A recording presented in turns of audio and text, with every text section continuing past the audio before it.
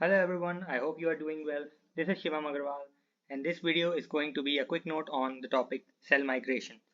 We'll be starting with the cell migration definition, we'll look at the stages, and finally we'll look at the role of cell migration in our body. So this video is specifically made for biology. Let us start with it. Introducing cell migration to you, you already know that migration is the movement, and because it is cell migration, you can say cell migration refers to the movement of the cells from one place to other. Okay, it can occur in unicellular organisms like amoeba, and it can occur in multicellular organisms as well, like mammals. It can happen in different environments based on what conditions are provided, like during embryogenesis to create new layers, organogenesis, and regeneration of different organs, feeding requirements, and immune responses. Okay, depending upon the type of the cell and the various conditions, there are different modes of cell migration. Cells can move as a single unit or in groups. The cell migration varies with different intrinsic factors. These factors can be like organization of cytoskeleton, the extracellular matrix, the adhesion strength, and the migratory signals. Fine. Moving on, the cell migration will involve several stages of highly coordinated and integrated signaling networks. These processes combine polarization, protrusion, adhesion, and translocation of the cell body, along with the retraction of the rear. Polarization refers to spatial differences in shape, structure, and functions within a cell. So now let us look at the stages of cell migration. Here you can see the diagrammatic representation of different stages, and we'll discuss what are these stages one by one. We'll be starting with the cells develop polarization by means of specialization of the plasma membrane, also called as the cell cortex. The polarity is reinforced and often even arises from the environments that offer directional signals. These signals can offer chemical based, electric field based, mechanical force based, or substrate based. Okay, the end result will be a definite cell front and a rear. You can see over here, you can see a front and a rear that is developed after the first stage. Proceeding with the next one, to create a leading edge of the cell, the protrusions, which are membrane extensions in the direction of cell migration, like the pseudopodia, are required to be formed and extended. This comprises of three chief components. First, the spreading out of the plasma membrane. Second will be the development of a core backbone that will hold the expanded plasma membrane. And finally, the setup contact with the substratum. Here you can see the substratum is attached to the cell membrane. These red dashes will represent the same. Nextly, we proceed with protrusions. These protrusions will attach to the substratum, across which the cell will be moving. Eventually, the lagging edge of the cell then separate from the substratum.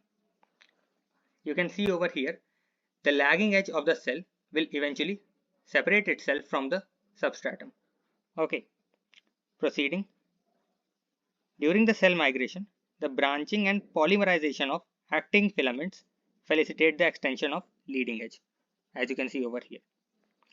These adhesions are the site of molecular communication between the cell and the substrate, which are represented by these red lines. Okay, they assemble and disassemble in a reaction to extracellular signals and regulate the cell migration. During this process of cell migration, at the leading edge, adhesions assemble, and at the trailing edge, they tend to disassemble. However, in some protruding areas of the cell, as the new adhesions will form, they can disassemble or stabilize and develop into fully grown or well-built adhesions. The final stage will be for them to move. Adhesions at the rear end are required to disassemble and trailing edge retract, or else under the tension of the cell, it will be ripped apart. If it doesn't move forward along with the cell body, it will be ripped apart due to tension between the bodies. So that was about the stages of cell migration. You have seen how the cell migration will occur. It will attach first itself to the substratum, then it will separate the trailing edge and then move forward, or else it will ripped apart. Let us see the role of cell migration inside the body. Okay, so let us start with something called as gastrulation. The cell migration will play a fundamental role in the origin and development of morphological characteristics of embryos. These morphological characteristics of embryos are called as gastrulation. Along with this, the organogenesis, which is called the formation of organs and tissues, the cell migration also plays an important role over there. These migratory cells can reach their ultimate destinations and undergo differentiation and produce the different organs and limbs. So the cell migration is also important in production of different organs and limbs inside the body.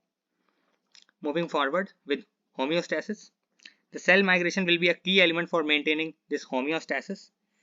It will be the ability to maintain a steady internal environment in response to the environmental changes.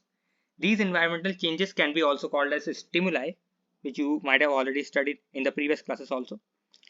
For example, the tissue regeneration, or we can say repair, along with inflammation are important events of homeostasis. Okay, so let us proceed with something called as metastasis. Cell migration will also play an important role in metastasis. This metastasis is the spread of cancer from one place to other. Due to loss of intercellular interactions and increased cell motility, the cancer cells will develop invasive properties and migrate and spread from primary site of tumor growth. So it will have a major impact in tumor growth over cancer. So that were the major roles of cell migration that we have seen over here. You can already guess that because it is the motion of the cell from one part to the other, it will play a lot more roles than what described here. But for the sake of this video, we'll stop it here.